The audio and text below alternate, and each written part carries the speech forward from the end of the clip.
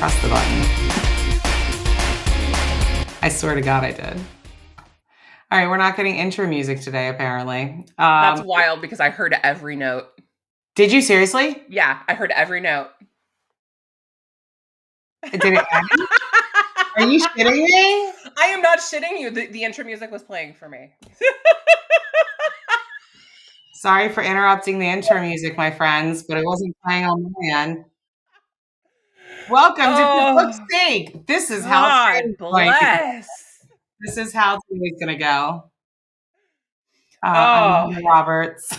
And I am Veronica Adams. I am overwhelmed with emotion and everything is coming out laughter today. Pardon my hyena-ness. It's been a week. Hasn't it though? It is Friday, November 8th, at time of recording. And things are falling apart.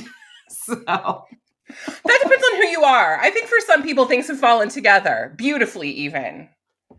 Well, I saw a list of authors on TikTok who are probably very happy right now. You should go look up those videos and make informed decisions about I hope who they you're get reading everything these days. that they wanted. Right? I do. I mean, no, genuinely. And I feel the same way. It's going to be difficult for all of us. Yeah. And there's a lesson here to be learned. And I hope that the people who need to learn it. Absolutely.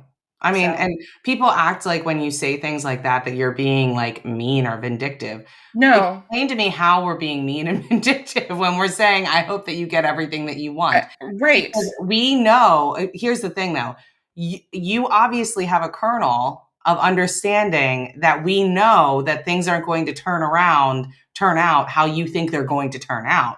Right. So you should look internally and see why you're feeling that way. Because, there's nothing that we can do now. We've done what we can do. Yes. The election process has happened. A decision was made. And we have to live with it just like you have to live with it. And we hope that it's everything that you hoped it would be. But, Now, let's maybe back up for 1 second and say that we've decided to maybe take the filter down today because in light of the election and the election results, we can no longer ignore the fact that books are political. Reading is political. And not that we ever ignored it, but we never talked about it blatantly in the we've way never that been we direct. have wanted to. We've never been direct. And this is a conversation that's happening right now across social media as well. Yes. People are as it should. Yeah. And some people are, oh, well, can't we just get back to the books? I just want to go back to the books and not have to talk about politics. Those are the same people who say, can't we just be friends even though we have differing opinions? And I'm happy to say, yes, I would love to be friends with people who have differing viewpoints from my own on things that we can editorialize and feel differently about. But basic human rights and our freedoms are not things that I'm willing to be, to compromise my values and morality for. Right. So, no, we can't just get back to books. We can't be friends with differing opinions in this situation. Not in the way that you think. I mean, right. Yeah. Right. It's really frustrating. I mean, there was a situation last week, even before the election, where an author who writes queer romance was upset and posted on Facebook because she found out that her agent was a Trump supporter. Yeah. And or their agent. I'm sorry. I'm not sure what appropriate pronouns are for this specific romance author. Okay. So maybe the author is queer or the author is queer and writes queer romance or the author just writes queer romance and has a binary gender identity. I mean, correct. I'm not entirely certain, but I know for certain that this author writes queer romance. So we'll just call them this. We'll use they and we'll call them this author. Also because I want to protect their anonymity as well. I don't know how much they would appreciate this being. I mean, I don't know. So I'm just doing that. They posted it on Facebook. I suppose it's for public consumption at this point, but also we don't necessarily need to be platforming their specific struggle if they haven't asked us to do that. So yes. But I understand their plight is what I'm saying. So this author writes queer romance, has been having their agent sell queer romance to publishers. The agent is receiving royalties and Yeah. payment for these services and thus is making money off of queer romance books, Yeah. and then is voting, frankly, against this agent's own interest. In terms of their ability to continue selling books for this author and other authors, absolutely. Right. And so this author, this romance author, felt betrayed because they felt that the person As they should. that Yeah. they were entrusting their titles to, and also who was making money off of them, Yes. was voting for somebody who did not support their way of living, that their mere existence, Right. frankly. Um, and yeah, I can understand that betrayal. This was before the election.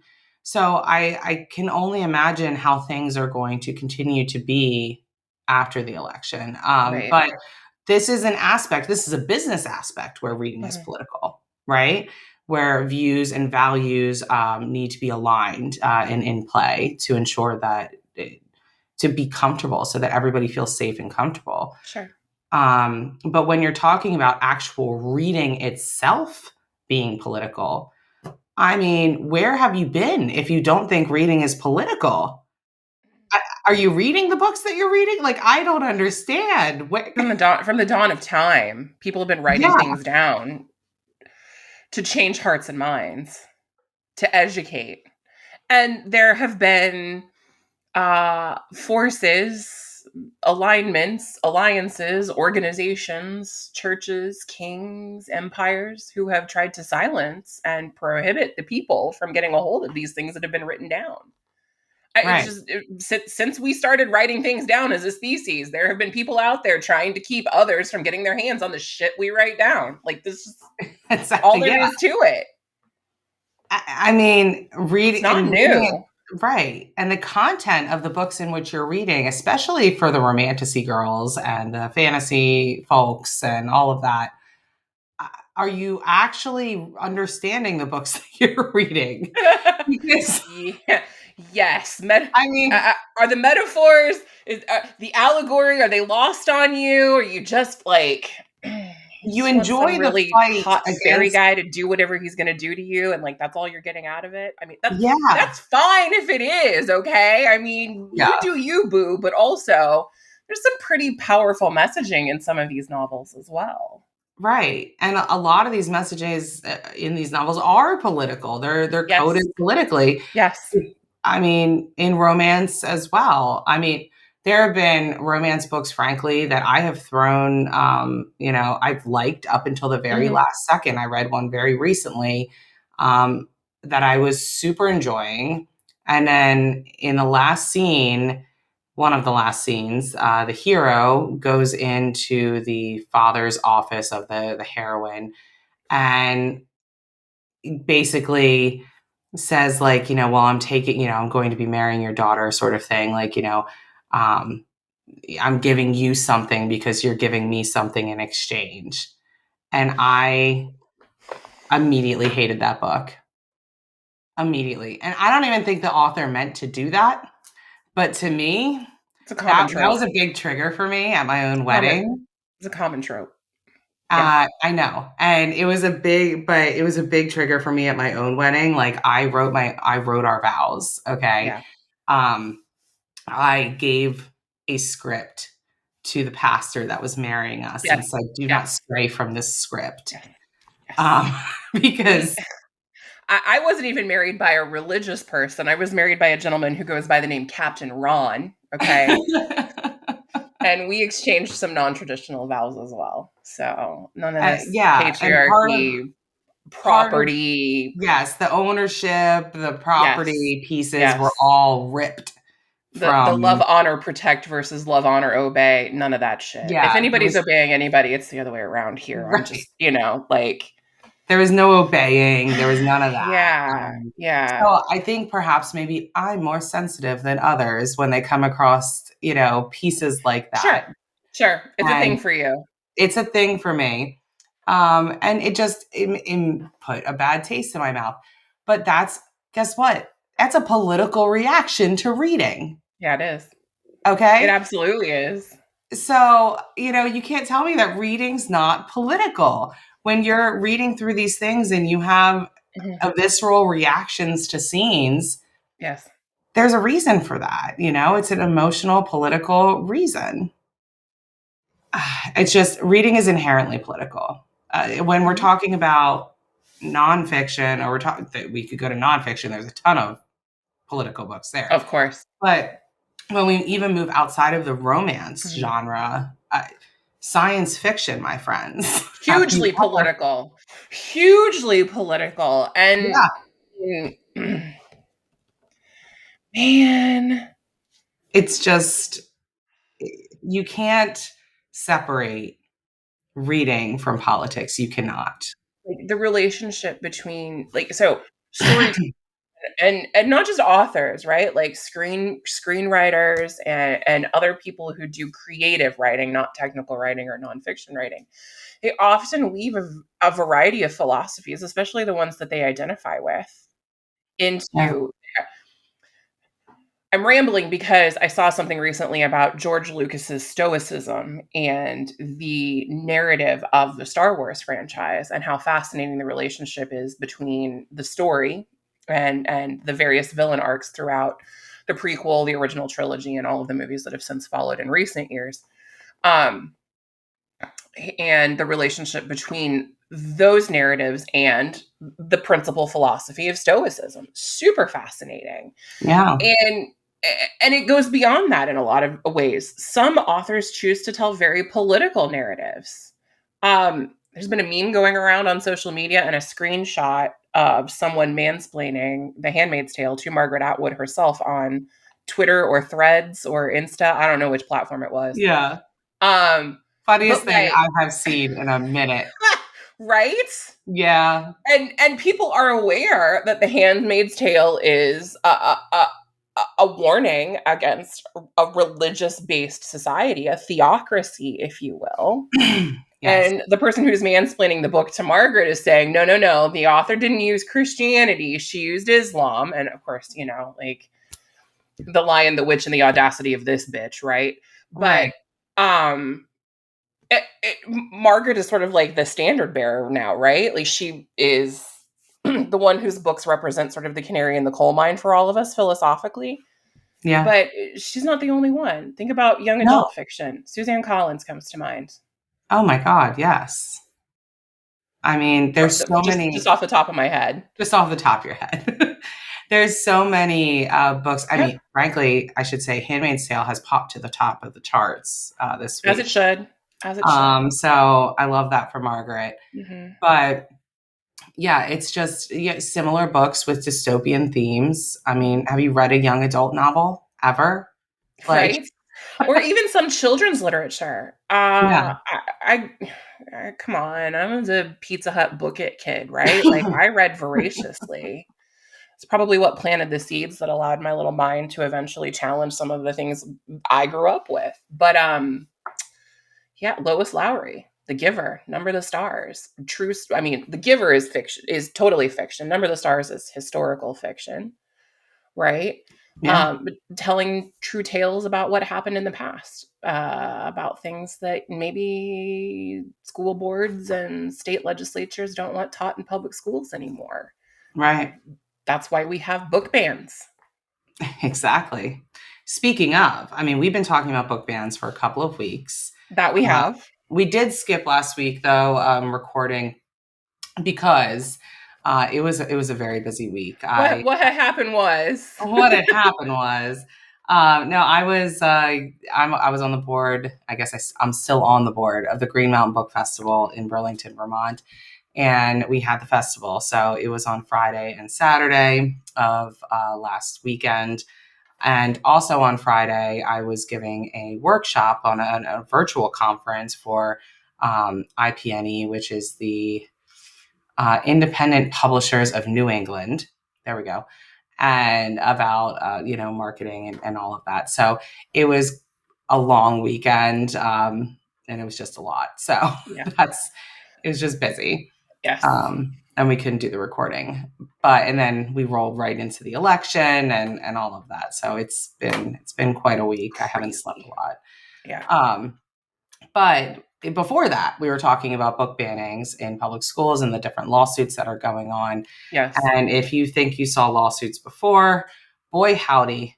Get Let me ready. tell you, get ready. Buckle up, baby. We're going to have a lot of content to talk about. That's all I have to say. Provided we continue to have free speech rights, it remains to be seen. Right. You know. So, yeah, I mean, let's talk about that because there's a lot of, people talking about and accused people are being accusatory and saying that, oh, you're fear mongering, when you say things like we're not going to have free speech or, books aren't going to be here or what have you. Part Let's of talk about it. preparing for the future is understanding what your worst case scenarios are. Yes. They may continue to be worst case scenarios, but I really push back against this idea that it's fear mongering to think about what is the worst that could happen. I Because agree. how else do you inform yourself about what you need to do now and also in preparation for You should either prepare. the worst case scenario or some lesser version of it? Right. And I'm one of those prepare for the worst, hope for the best type That's it. people. Okay. That's it. Yeah. So that's what we need to think about. And like, listen, if they actually I'll say this first and then I'll get to my other point. Do I think that on day one, they're going to ban romance books? No. No. No, I don't think that a Trump administration is highly prioritized to ban romance books, that's not number one on his list. However, do I think that libraries and publicly funded schools and things like that are going to see a lot more book banning? Yes. Yes, absolutely. That is going to happen. You can mark my word. Mark me. You can mark my words. That is absolutely going to happen. We're going to see a lot more of that type of parental book banning in public Yes. libraries and public schools. Yeah. Okay. So that type of that's a concern because it's a slippery slope, right? Now, if we get to what a lot of people are throwing around, which is the Project 2025 little snippet about pornography and all of that, people are talking about the Comstock Act, which, if you don't know what the Comstock Act is, it is an act. It's a law that from like the 1700s. Like, I'm not joking. I don't know the exact year of the law. It's slipping my mind, but it is not a new one. Some Hamilton era shit right here. Yeah. It's from, I believe, the 1700s, and essentially it is for the United States Postal Service to govern the distribution of pornography and, abortion pills and things like that through the U.S. mail, right? It limits what you can send through the U.S. mail, which is, why you can't send pornography like that. You have to have special packaging and stuff like that, right? Yeah. So that is what people are thinking about. And then Project 2025 with the snippet that tries to that wants to outlaw pornography and all forms of it. Now, one could argue, because I've argued many, many times, that romance novels are not pornography. And some of them aren't. Like, right. What could Many of them happen aren't. in this case is that the Supreme Court will have to make that determination at some point. Right. And my question to you is whether we want the government making that choice for us, right? Why should they make that choice? Now, objectively speaking, are some romance novels a lot spicier than others? Yes. I mean, yes, they are. Are they pornography? I don't know. We can have that art. That's a legal definition based argument that, as Veronica was saying, would have to be made in the courts to determine the scope of what includes pornography when it relates to books. Right. And you get into these really weird digressions and minutia and about how much sexual content in a story is required for it to simply be erotica, which is where the story centers around the sexual content itself, versus a, a plot where other things happen and characters are on a specific journey of some kind, but there is also sex included. Yeah. So, Because maybe we end up having that discussion as a society. Maybe we don't. I don't know. I don't think that that's going to happen in that discussion, and that Right. case would make it to the Supreme Court within the 4 years of a Trump administration. Probably not. I don't think that that is a high priority. So, what I could be wrong, okay, but I've been wrong about everything else this year. yeah, exactly. But I'm just saying, from what they have laid out as their plans, I don't see that piece of Right. adult, free market Yeah. reading being on the chopping block first. There's going to be a lot of pushback, right, about other things as well. So things are hopefully going to move slow with Well, some of and these. listen, Clarence Thomas is notorious for his alleged consumption of pornography back before he was appointed to the court. So maybe we've got some sympathy from the justices who are in control. I mean, that's a Google it, kids. silver lining. Those of you who weren't alive in the 90s, Google it. Silver lining hope grasp if I've ever seen one, but we'll take what we can get these days. My point is, I've had some authors come to me very concerned, like, what do we do? Yeah. Is my way of life going to be gone? Am I going to not be able to write what I want to write? I think immediately, no. I don't think that that's going to be. I don't think Right. our business, Yeah. because listen, it doesn't just affect authors; it affects us too, right? Your editors, your agents, your publicists, your marketing team, your PA Yeah. or VAs, like we're all going to be impacted by this. The publishers themselves, Yeah. they're going to be watching this very closely. So I don't think that there's going to be an immediate impact. Okay. Um, we'll see. Anything could happen. And that's, I think, the scary part is that we don't have a determination of saying, oh yeah, they would never do this. Right. I can't say that. And that's Listen, where, we've got two opposing groups of people in this movement, right? So we've got capitalists and we've got Christian nationalists, and their yeah, interests on this particular issue are very opposed to one another. The right. capitalists, and I say this with Jeff Bezos in mind, uh, they're going to want to sell the stuff that sells. And if you ask Amazon what the best selling genre of ebook is, what makes them their money in Kindle Unlimited, they're going to tell you it's romance novels. Okay. So you get millions of dollars in $1 billion company at stake here and moneyed interests against the Christian nationalist base of folks, the social movement here, if you will, who Right. would who are responsible for and or support Project 2025 and would like to see all of this content banned. Um, your Who's guess going is to as good as win? mine as to who Yeah, prevails in this internal argument that they're going to have to sort out. correct. And that's what we're just going to have to sit by and watch. But Yeah, what can you do to start to protect yourself as a business as we're going into this unknown, into this field of unknown? And that's what you should be thinking about now. One, make sure that you have your newsletter lists. yes, If we need to go underground for some reason, you need to be able to reach out directly to your consumers who would absolutely. be wanting to purchase your product. Because let's be clear, the market for these books, for romance books, is not going to disappear, even No, if it becomes illegal for us to no. be able to market them. Okay, publicly. So the consumption, people will still want to consume it. Mhm. The readers will still be there, and so Yeah. the question is how to distribute that to those Mhm. readers. So have up your own shops, right? Yeah. Set up your direct marketing.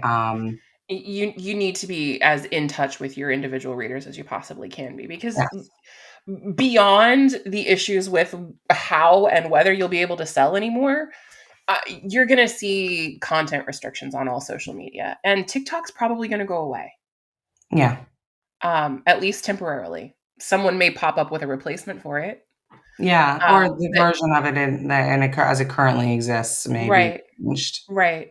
But even Facebook and Instagram and Snapchat, like X, well, maybe not X. I don't know to see what's been bought and paid for there necessarily, but Trump and Zuckerberg are not friends, and Right. So Mark's gonna have to he's gonna have to start restricting certain content and toe the line. yeah. So be prepared to have to censor your posts. Hmm. Be prepared to have hold covers that you can use for social media posts Yep. instead of the actual cover that you want to use. Hmm. You may have to use an actual cover in newsletters, right? And then Yep. you might have to start leaning into these discrete covers in Yes. order to allow for the retailers to publish Mhm. your book. Start Okay. riding that wave. Right. I'm not saying you have to do this stuff right now, but these are things that you should be thinking about as we're moving forward. That these might be pivots that you have to make Yes. in order to continue selling and feeding your family and having this business. So these are things that we're looking at that Hmm. we're going to be watching very closely. Yep. And so if you would like that to be also part of your world, please come and talk to us. We're For always open for sure. new clients. For Um, sure. but But but truly, yeah. yeah, well, and also consider how well established are you in international markets? Yes, You very know, good point. what portion of your readership is in the UK or in Australia or in New Zealand? Are you pursuing translations? Are you, you know, Yeah, have you tapped the German reader market? Have you tapped the French reader market, the Italian reader market, the Portuguese, the Spanish? I mean, there are so many doors that you can open for the backlist you currently have, while you continue to find new ways to publish and sell books in whatever the environment is going to be. right. Um, and beyond that, consider also your options for serializing your work instead of maybe selling it in one total book, right? Hmm. Um, there are technical ways to get around content restrictions. You can get an international VPN and publish from another country. It's true. And things like that you can do. Or you can just leave American markets and be available internationally. So Yeah, there will be ways this to put it. You can the also sky is decide that cloudy, but it's not falling yet. yeah, sky's not falling yet. I mean, I've talked to some authors about, if they want to pursue a passion project in another genre that isn't romance, maybe now's the time to start that Also, pen name. yeah, also a Um, really good thought, I if think. they're really concerned about this, and I get it. You need to have the backup plan to the backup plan to the backup plan to the backup plan. Also, malicious compliance. Start writing romance novels that are a closed door, fade to black. Right. And then also offer all of the sex scenes and bonus content in your direct newsletter or something Such a like great that. idea. I Such a great mean, idea. the amount of we are creative malicious compliance, folks. Yes. That's our jam. Yeah. Excuse me. So Build a Substack or a Patreon community where people who are subscribed are opting in because they want the spicy stuff, and that's the only right. place they can get it. So we will figure this out as it goes on. We don't know anything yet, and that's the scary part. That's why people are, you know, thinking about the worst case scenario because we Yeah. don't know what the scenario is going to be. Well, We've not been th- really given this is the also a really diverse community, and I think there's a lot of grief and fear about other things too, not necessarily related to publishing, but yeah, absolutely. I mean, The unknown is the worst part in this equation. and if you are a queer author, right, like writing queer romance, Mhm. or you're writing romance that is part of a marginalized group, yeah, I understand how your concerns are higher. You're Sure. valid, very valid concerns because I don't think they're going to come for the male female contemporary romance books first. No, they're Okay, not. Well, they're and not. listen, So look at the breakdown about who voted for whom. Okay, right. uh, this is a community that's still largely comprised of white women, and we unfortunately are not necessarily safe for all of the people who are writing books for us. Yeah, exactly. So there's a lot of harm reduction that wasn't engaged with, and a lot of pain and distrust. Correct. So it's gonna be something. Hmm. We're tired. Okay. We're all a bit tired this week, but what I need to tell you is that we can't stay tired for the next four Uh-huh. years. Yeah. You can't just lay down and roll over and say, well, that's it. I'm throwing up my hands. Right. You can't do that. Right.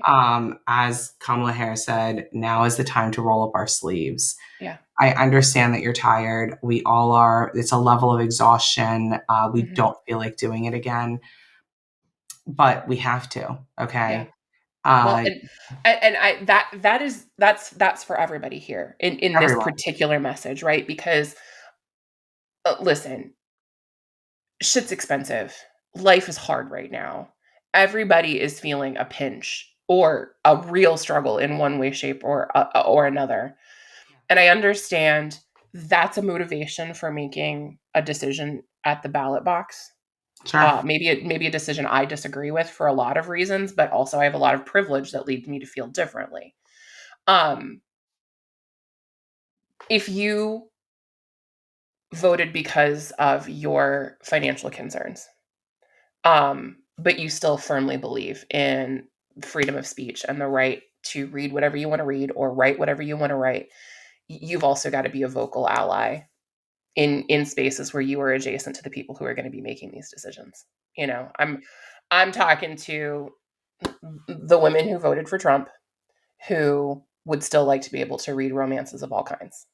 Like, Right. you've got to use your voice and be on the side of free speech and free press and free publication. you, Because if you it just have comes to down be. to it, you need to speak Mhm. up because that is how we are Yeah. going to Yeah. ensure that these spaces continue to exist. Yes. Yes. So now is not, take your time, take some time for yourself. I know I went out yesterday and sat with the goats for about a half an hour and just touching um, touching grass is good for everybody. it's good. Go do what you can do. I'm going to be posting more goat content, probably daily goat content at this point because I'm not the only one that needs it, evidently. So, what I'm saying, find your thing, find the thing that works for you. Take your time, but remember I that we would need. personally like more videos of your progressive Gen X husband doing subtextually non-masculine things in his masculine way. I personally, that does it for me. I can also provide that. So. What Veronica is referring to is I walked in on my husband last night. He was wearing a Gen X t-shirt. It literally just says Gen X, whatever, on it. Making dinner last night, listening to Rage Against the Machine, and it warmed something inside of Yeah, me, like me truly. too. Me It too. was, it was great. So I will post more of that for sure. But yeah, take what time for yourself. Make sure that your mental health is good, right? Be around people, find your community. Be around Hmm. people who can support you and love you, whether they're on the internet or in real life. And then remember that we need to continue using our voices. We Yes. can't flee. This isn't a fight or flight situation. We can't Hmm. flight, friends. I know it's tempting. I know Yeah. lots of people want to. If you can move your family into a safer state, absolutely, by all means, go for it. Right? I did that. You know, Remains to be seen how safe states are going to be, though. right. But if things go nationally, where none of us are safe. Yeah. So, but do what you have to do for your family. We absolutely get that. But at the same time, make sure that you're using your voice to be heard in these situations so that we can continue to live the life that we want to live, and have the freedoms that we want to have. And trust too that there's always a really, really good chance that our forms of entertainment are probably going to be safe because they keep us distracted from some of the Yes. things that they're doing in other places and in other ways that affect us. So There's So, always yeah, that too. I'm not super concerned for the first 4 years. If things continue, Yeah. if the Christian nationalists win out within that argument, Yeah. I'll be very If the concerned. billionaires concede and say, you know what, it's a small percentage of our profits, we'll let it go. Yeah. Let's just Yeah. say I'm watching this. I'm watching it very closely. And I will be the first to raise the Mhm. alarm if I start seeing things popping up that affect this industry. So let's just, hold our collective breaths a little bit more, a little longer. Yes. Do what you can do right now to prepare. Start making a plan. You've got 2 Start months making until a plan. inauguration day. Yeah. Yes. And remember to take care of yourself because Yes. that's the most important thing. Mhm. Yep. And read a book, perhaps a political one. Perhaps one that has a fantasy element with a resistance movement. It Even can help. better.